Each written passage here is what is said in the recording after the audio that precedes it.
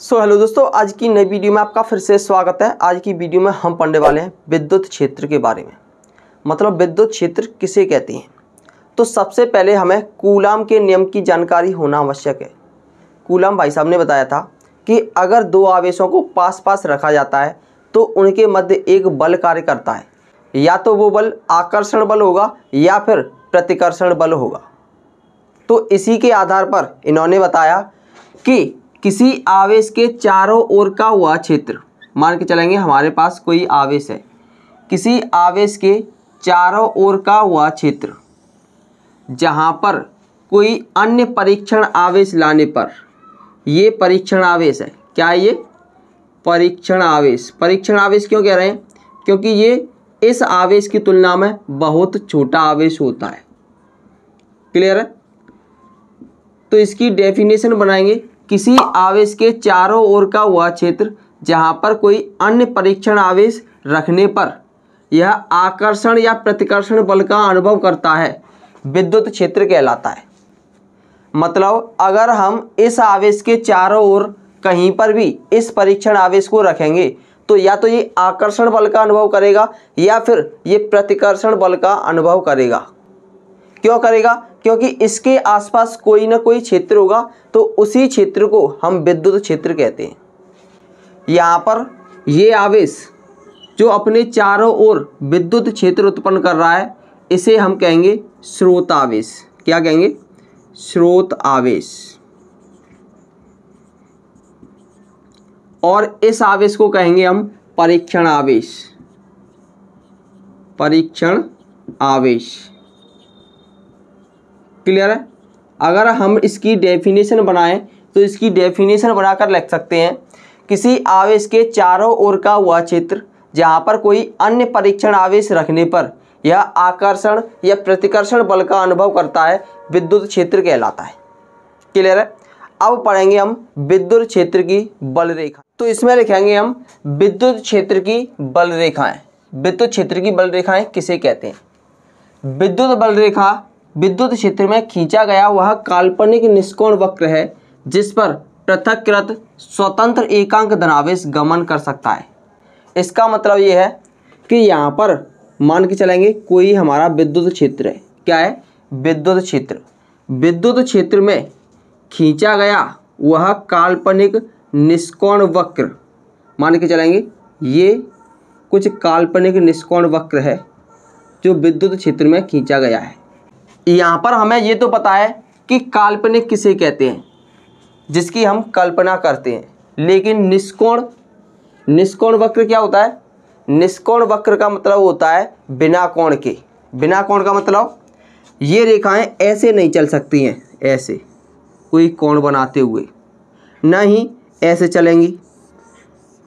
ये रेखाएं बिना कोण के चलेंगी, जिसे हम निष्कोण कहते हैं। तो विद्युत क्षेत्र में खींचा गया वह काल्पनिक निष्कोण वक्र जिस पर स्वतंत्र धनावेश गमन करता है, इन रेखाओं पर हमारा स्वतंत्र धनावेश गमन कर सकता है, जिन्हें हम विद्युत बल रेखाएं या विद्युत क्षेत्र रेखाएं कहते हैं। अब इनके गुण के बारे में जानेंगे कि विद्युत क्षेत्र रेखाओं के गुण कौन कौन से हैं। क्लियर है? तो यहाँ पर हम हेडिंग बनाएंगे विद्युत बल रेखाओं के गुण। तो इसका पहला गुण होगा, विद्युत बल रेखाएं धनावेश से प्रारंभ होती हैं और ऋणावेश पर समाप्त होती हैं। इसका मतलब यह है, मान के चलेंगे हमारे पास एक धनावेश है, क्लियर है, और एक ऋणावेश है। इसके कहने का मतलब है कि विद्युत क्षेत्र रेखाएं या विद्युत बल रेखाएं धनावेश से प्रारंभ होती हैं और ऋणावेश पर समाप्त होती हैं। ये धनावेश से चलेंगी और ऋणावेश पर समाप्त हो जाएंगी। इसी प्रकार यहाँ से धनावेश से चलेंगी, ऋणावेश पर समाप्त हो जाएंगी। क्लियर है? इसका मतलब ये है समाप्त होने का कि ये खुला वक्र बनाती हैं। कैसा वक्र बनाती हैं? खुला वक्र बनाती हैं। ये धनावेश से प्रारंभ होकर ऋणावेश पर क्या हो जाती हैं? समाप्त हो जाती हैं। क्लियर है? यहाँ पर ये धनावेश से प्रारंभ हो रही हैं और ऋणावेश पर आकर समाप्त हो रही हैं। इसी प्रकार इसका दूसरा पॉइंट है, एकल आवेश, मतलब केवल और केवल एक आवेश, चाहे वो धनावेश हो चाहे वो ऋणावेश हो, एकल आवेश की स्थिति में विद्युत क्षेत्र रेखाएं अनंत से प्रारंभ होती हैं तथा अनंत पर ही समाप्त होती हैं। एकल आवेश पर विद्युत क्षेत्र रेखाएं अनंत से प्रारंभ होंगी तथा अनंत पर ही समाप्त होंगी। मान के चलेंगे ये कैसा है, प्लस क्यू आवेश है, तो अनंत पर समाप्त होंगी, क्योंकि प्लस क्यू आवेश से हमेशा बाहर की ओर विद्युत क्षेत्र रेखाएं होती हैं। यानी कि धनावेश से प्रारंभ होंगी बल रेखाएं, यहाँ पर धनावेश से प्रारंभ होंगी, हमेशा बल रेखाएं कहाँ से प्रारंभ होंगी, धनावेश से प्रारंभ होंगी और अनंत तक जाएंगी। इनकी कोई सीमा नहीं है, कहाँ तक जाएंगी, अनंत तक जाएंगी और ऋणावेश पर समाप्त होती हैं। ऋणावेश का मतलब ऋणावेश की ओर आती हैं। क्लियर है? तो हमें पता कैसा चल रहा है कि ये अनंत से आ रही हैं। इसका मतलब ये है कि एकल आवेश पर, यानी कि कोई एक आवेश हो, उस कंडीशन में विद्युत क्षेत्र रेखाएं अनंत से प्रारंभ होती हैं, मतलब अनंत से प्रारंभ होती हुई आ रही हैं अथवा अनंत पर ही समाप्त होती हैं। यहाँ पर हमें पता चल रहा है कि ये अनंत पर ही समाप्त हो रही हैं। क्लियर है? इसी प्रकार इसका तीसरा पॉइंट होगा, विद्युत क्षेत्र रेखा किसी एक बिंदु पर खींची गई स्पर्श रेखा उस बिंदु पर परिणामी विद्युत क्षेत्र की दिशा को प्रदर्शित करती है। मतलब विद्युत क्षेत्र रेखा मान के चलेंगे, ये विद्युत क्षेत्र रेखा हैं, इनके किसी एक बिंदु पर खींची गई स्पर्श रेखा, मान के चलेंगे इस बिंदु पर खींची गई स्पर्श रेखा, ये स्पर्श रेखा खींच दी, तो ये इस बिंदु की विद्युत क्षेत्र की दिशा को प्रदर्शित करेगी। इसका लास्ट पॉइंट है, दो बल रेखाएं कभी एक दूसरे को नहीं काटती हैं। क्यों नहीं काटती हैं? मान के चलेंगे एक बल रेखा ऐसे आ रही है, एक बल रेखा ऐसे आ रही है, यहाँ पर हमें एक कटान बिंदु मिल जाता है।